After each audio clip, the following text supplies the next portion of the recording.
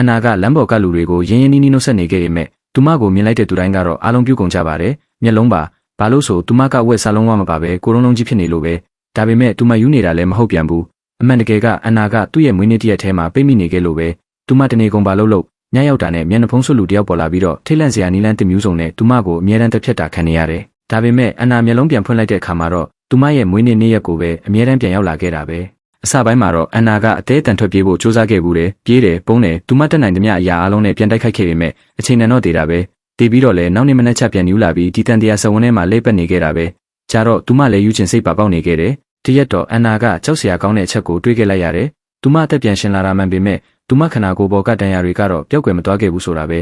ဒီတော့ဒါတွေကသူမကိုမထိခိုက်နိုင်တာမဟုတ်ပဲနဲ့အမှန်တကယ်ခံစားခဲ့ရတယ်ဆိုတာပြသနေခဲ့တယ်လို့ပဲမကြခင်မှာပဲမျက်နှာဖုံးဆွလူကပြန်ပေါ်လာခဲ့ပြန်တယ်အန်နာကမြေအောက်ကားပါကင်ထဲကိုအသေးအတန်ထွက်ပြေးလာပြီးကားတစ်စီးထဲဝင်ပြီးတော့လီဘာကိုဆုံးထင်းနေလိုက်တဲ့အခါမှာတော့ကားကလည်းအဝေးပြေးလမ်းမပေါ်ကိုမြတဆင်းလိုပြေးထွက်လာခဲ့ပြီးတော့သူမလည်းဟားတိုက်ပြီးရေမောနေခဲ့လိုက်တယ်နောက်ဆုံးတော့ဒီတန်တရားကိုချိုးဖျက်နိုင်ပြီလို့ထင်သွားခဲ့တာပေါ့ဒါပေမဲ့သူမရဲ့ပျော်ရွှင်မှုကကြာမခံလိုက်ဘူးကားကိုအရှိလုံမောင်းနေမှုကြောင့်ရဲကဖမ်းဆီးတာခံလိုက်ရတယ်သူမကလူသက်သမားလိုက်တာခံနေရလို့မြင်မောင်းမိကြောင်းပြောပြတော့သူမကိုမူးယစ်ဆေးဆွဲနေတယ်လို့ပါထင်သွားပြီးတော့ရဲကားနောက်ခန်းထဲကိုတွန်းထည့်လိုက်တယ်အဖမ်းခံခဲ့လိုက်ရပေမဲ့အန်နာကဒါကလုံခြုံမှုတစ်ခုရသွားခဲ့တယ်လို့တွေးမိလိုက်တယ်ဒါပေမဲ့ခဏကြာမှပဲအဲ့ဒီလူကအပြင်မှာရက်နေတာကိုမြင်လိုက်ရပြီးတော့သူကမွေးနေ့ဖျောင်းတိုင်တိုင်ကိုမိညိပြီးကားအောက်ကိုပစ်ချခဲ့လိုက်တာကြောင့်ကားကိုမီးလောင်ပြီးတော့ကားကချက်ချင်းပဲပောက်ကွဲသွားခဲ့ပြန်တယ်ဒေးလိုက်ရှင်လိုက်ဒေးလိုက်နဲ့ကြာတော့အန်နာလည်းသူ့ကိုယ်သူစိတ်ပြက်လာခဲ့တယ်သူ့ဘွားကညချတည်ပြီးမနေ့ချက်ဒီနေ့ပဲပြန်ရောက်လာတာပဲဆိုတော့လှုပ်ချင်ရလှုပ်တော့မယ်လို့ဆုံးဖြတ်လိုက်ပြီးတော့လမ်းမတွေပေါ်တောင်ကိုလုံးလုံးနဲ့ရှောက်သွားနေခဲ့လိုက်တယ်အဲ့ဒီအချိန်မှာပဲသတင်းတပုတ်ကိုမြင်လိုက်ရတယ်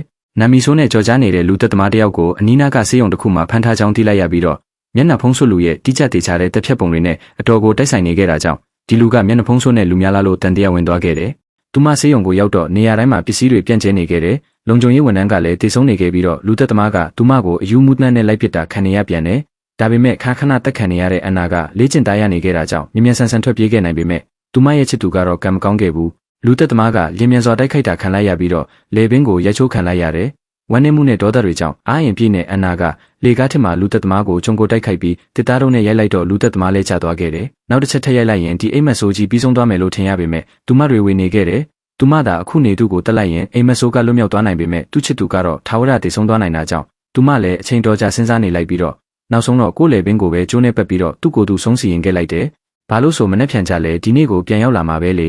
ဒီတခါတော့သူမကတေချာပြင်ဆင်ထားခဲ့ပြီးတော့ရဲတယောက်စီကတနတ်ကိုပါယူလာခဲ့လိုက်တယ်သူမကဆေးရုံဆောင်ထဲကိုဝင်လာပြီးတော့လူသက်သမားရဲ့ခေါင်းကိုချိန်ပြီးတန်းနဲ့ပြစ်နေခဲ့ပေမဲ့အလောတကြီးနဲ့လုံခြုံရေးခလုတ်ကိုဖြုတ်ဖို့မင်းနေခဲ့တယ်ဒီလိုနဲ့ဆေးရုံမီးတွေပြတ်သွားတဲ့အချိန်မှာတော့သူမမှာအရန်စီစဉ်တစ်ခုရှိနေခဲ့သေးတယ်အန်နာကအမောင်ထဲကနေရှေ့ကိုလမ်းလာခဲ့ပြီးတင်းနဲ့ကြည်စံအကုန်လုံးကိုလူသက်သမားရဲ့ခနာကိုယ်ရဲကိုပစ်သွင်းလိုက်တယ်နောက်ဆုံးတော့သူလုံနိုင်ခဲ့ပြီဆိုပြီးတော့အန်နာကသူမရဲ့အဆောင်ကိုပြေးပြန်ချစ်သူနဲ့အတူမွေးနေ့ပွဲကျင်းပပြီးတော့နောက်ကျရင်ချစ်အတွက်ပူတူးတူးလေးတွေမွေးပေးမယ်နော်လို့တောင်ကတိတွေပေးခဲ့လိုက်တယ်ဒီတခါတော့အိမ်မက်ဆိုးကြီးကလွတ်မြောက်ခဲ့ပြီလို့ထင်ခဲ့လိုက်ပေမဲ့နောက်တနေ့မနက်သူမရဲ့မျက်လုံးကိုဖွင့်လိုက်တဲ့အခါမှာတော့ဒီတန်တရားကသူမမလွတ်မြောက်နိုင်သေးဘူးဆိုတာကိုသိလိုက်ရပြန်တယ်